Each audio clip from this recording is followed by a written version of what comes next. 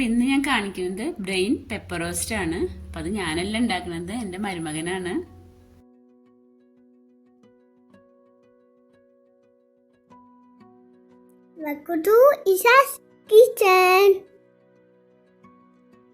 അപ്പോൾ ബ്രെയിൻ വെച്ച് നമ്മൾ പല ഐറ്റംസ് ഉണ്ടാക്കാറുണ്ട്. പക്ഷെ ഇത് നല്ല ടേസ്റ്റി ആയിട്ടുള്ളൊരു പെപ്പർ റോസ്റ്റ് ആണ്. അപ്പോൾ നമുക്കതെങ്ങനെ ഉണ്ടാക്കാമെന്ന് നോക്കാം. അപ്പോൾ നമുക്ക് ബ്രെയിനിലേക്ക് ആദ്യം ഒരു ടീസ്പൂൺ മഞ്ഞൾപ്പൊടി ചേർത്ത് കൊടുക്കാം. പിന്നെ നമുക്ക് ഫ്രഷായി ക്രഷ് ചെയ്തെടുത്തിട്ടുള്ള കുരുമുളക് പൊടി, അത് ഫ്രഷ് തന്നെ ഇടാൻ ശ്രദ്ധിക്കണം. പിന്നെ നമുക്ക് വേണ്ടത് ചെറുനാരങ്ങ നീരാണ്. അപ്പോൾ ഒരു ചെറുനാരങ്ങയുടെ നീരാണ് ചേർക്കുന്നത്. ഒരു ചെറിയൊരു പുളി ഉണ്ടാകുമ്പോൾ ഒരു പ്രത്യേക ടേസ്റ്റ് തന്നെയാണ്.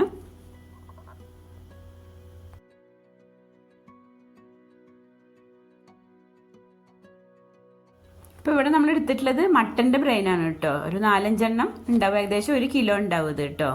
അത് നമ്മൾ ബ്ലഡൊക്കെ കളഞ്ഞ് നന്നായി കഴുകി വൃത്തിയാക്കി വെള്ളം വാർത്ത് എടുത്തിട്ടുള്ളതാണ്.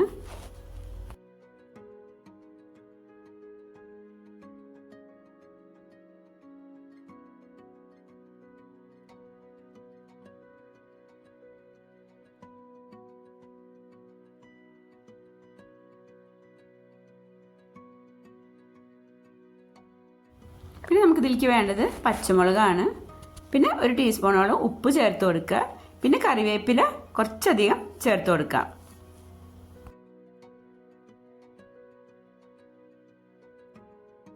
ഇനി എല്ലാം കൂടി കൈകൊണ്ട് തന്നെ നന്നായി ഒന്ന് മിക്സ് ചെയ്തെടുക്കണം. കൈകൊണ്ട് തന്നെ മിക്സ് ചെയ്യാൻ ശ്രദ്ധിക്കണം കേട്ടോ, എന്നാലും അതിൻ്റെ ഉള്ളിലേക്കൊക്കെ മസാല നന്നായി പിടിക്കുള്ളൂ.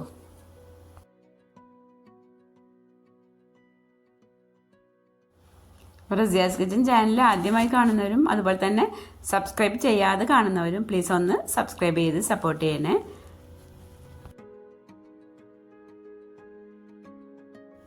ഇനി നമുക്ക് ബ്രെയിൻ വേവിക്കാനായിട്ട് വെക്കാം. അതിൽ വെള്ളമൊന്നും ചേർക്കേണ്ട ആവശ്യമില്ല. അത് ചൂടാകുമ്പോൾ തന്നെ അതിൽ നിന്ന് വെള്ളം ഇറങ്ങി വരും. അപ്പോൾ ആ ഒരു വെള്ളത്തിൽ തന്നെ അത് വെന്ത് കിട്ടും. ഇനി ബ്രെയിൻ വേവുന്ന നേരം കൊണ്ട് നമുക്ക് അതിലേക്കുള്ള മസാല ഒന്ന് റെഡിയാക്കാം. അതിലേക്ക് മെയിനായിട്ട് വേണ്ടത് ചുവന്നുള്ളിയാണ്. ചുവന്നുള്ളി എടുത്താലാണ് കൂടുതൽ ടേസ്റ്റ് ഉണ്ടാവുക. അപ്പം നമ്മളിവിടെ 3/4 കിലോനോളം ചുവന്നുള്ളി നല്ല തിന്നായിട്ട് സ്ലൈസ് ചെയ്തെടുത്തിട്ടുണ്ട്. അപ്പം മസാല ഉണ്ടാക്കാൻ വേണ്ടി നമ്മളിവിടെ ഒരു പാൻ അടുപ്പത്ത് വെച്ച് അതിലേക്ക് വെളിച്ചെണ്ണ ഒഴിച്ചു കൊടുക്കുന്നുണ്ട്. വെളിച്ചെണ്ണ തന്നെ ഒഴിച്ചു കൊടുക്കണം കേട്ടോ, അതിനാണ് ഒരു പ്രത്യേക ടേസ്റ്റ് ഉണ്ടാവുള്ളൂ. ഇപ്പോൾ വെളിച്ചെണ്ണ ചൂടായിട്ടുണ്ട്. അതിൽ കുറച്ച് കറിവേപ്പില ചേർത്ത് കൊടുത്തേക്കാണ്. കറിവേപ്പില കുറച്ച് അധികം ഇട്ടാൽ കൂടുതൽ ടേസ്റ്റ് ഉണ്ടാവും.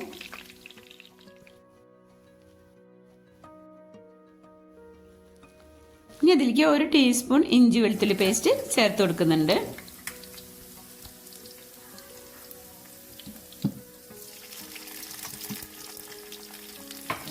ഇഞ്ചി വെളുത്തുള്ളി പേസ്റ്റ് നമ്മൾ ഇത്രയും ബ്രെയിനിലേക്ക് 1 ടീസ്പൂണേ ചേർക്കുന്നുള്ളൂ. എന്നാലാണ് അതിൻ്റെ ആ ഒരു ബ്രെയിനിൻ്റെ ഫ്ലേവർ കൂടുതലായിട്ട് കിട്ടുള്ളൂ. അതിന് വേണ്ടിയിട്ടാണ് ഇഞ്ചി വെളുത്തുള്ളി പേസ്റ്റിൻ്റെ അളവ് കുറയ്ക്കുന്നത്.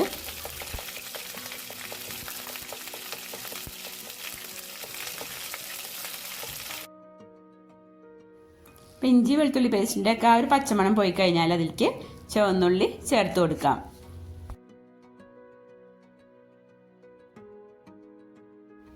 ചുവന്നുള്ളി മുഴുവൻ എടുക്കുന്നതിന് പകരം നമുക്ക് പകുതി ചുവന്നുള്ളി എടുത്തിട്ട് ബാക്കി 2 ചെറിയ സവാള എടുക്കുകയാണെങ്കിൽ അങ്ങനെയും ചെയ്യാം കേട്ടോ.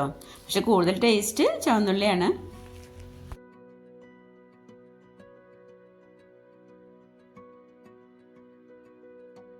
ഇനി ചുവന്നുള്ളി നമുക്കൊരു മീഡിയം ഫ്ലെയിമിൽ വെച്ച് നന്നായി വഴറ്റിയെടുക്കാം.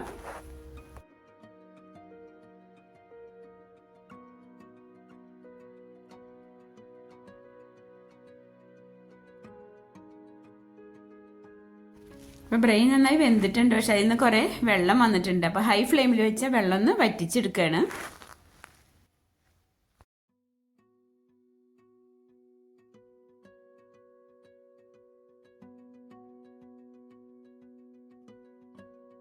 അപ്പോൾ നമ്മുടെ ഉള്ളിയൊക്കെ നന്നായി വഴന്ന് വന്നിട്ടുണ്ട്. അപ്പോൾ അതിലേക്ക് 1 ടീസ്പൂൺ മുളക് പൊടി ചേർത്ത് കൊടുക്കുകയാണ്. അത് വേണമെങ്കിൽ ചേർത്താൽ മതി കേട്ടോ. നമുക്ക് കുരുമുളകിൻ്റെ എരിവുണ്ട്, പിന്നെ നമ്മൾ പച്ചമുളക് ചേർത്തിട്ടുണ്ട്. പിന്നെ പെപ്പർ റോസ്റ്റ് ആയതുകൊണ്ട് തന്നെ നമുക്ക് കുരുമുളകിൻ്റെ ആ ഒരു ടേസ്റ്റ് ആണല്ലോ കൂടുതൽ വേണ്ടത്.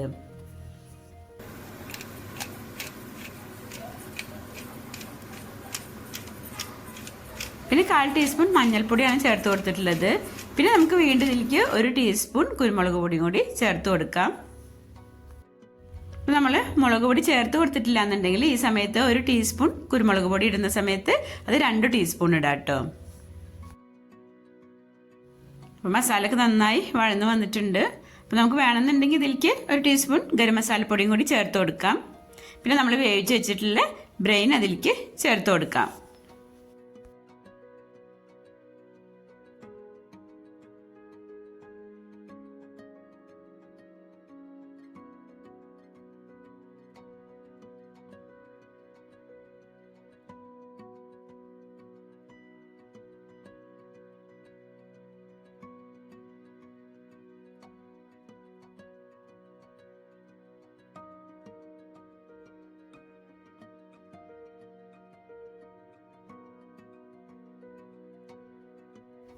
ഇനി മസാലയൊക്കെ ബ്രെയിനിൽ നന്നായി പിടിക്കാൻ നമുക്കൊരു മീഡിയം ഫ്ലെയിമിൽ വെച്ച് ഒരു 8-10 മിനിറ്റ് നന്നായി ഒന്ന് ഇളക്കി കൊടുക്കാം.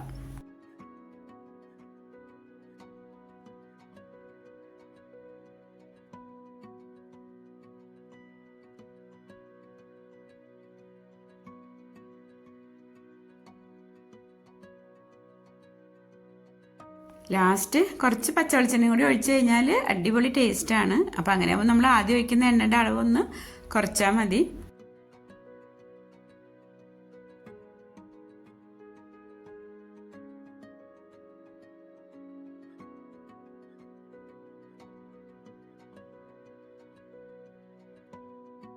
അപ്പോൾ മസാലയൊക്കെ ആകുമ്പോൾ ഇങ്ങനെ നന്നായി പിടിച്ച് അതിൻ്റെ കളറൊക്കെ തന്നെ മാറി വന്നിട്ടുണ്ട്. കാണുമ്പോൾ തന്നെ കൊതിയാവുന്നുണ്ട്.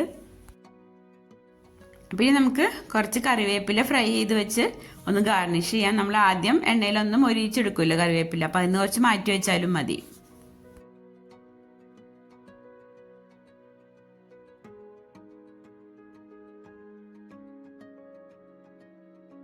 അപ്പോൾ അടിപൊളി ടേസ്റ്റുള്ള ബ്രെയിൻ പെപ്പർ റോസ്റ്റ് ഇവിടെ റെഡി ആയിട്ടുണ്ട്. ഇത് ചപ്പാത്തിൻ്റെ കൂടെയും പത്തിരിൻ്റെ കൂടെയും നൂൽപുട്ടിൻ്റെയും ചോറിൻ്റെ കൂടെയും ഒക്കെ നല്ല കോമ്പിനേഷനാണ്.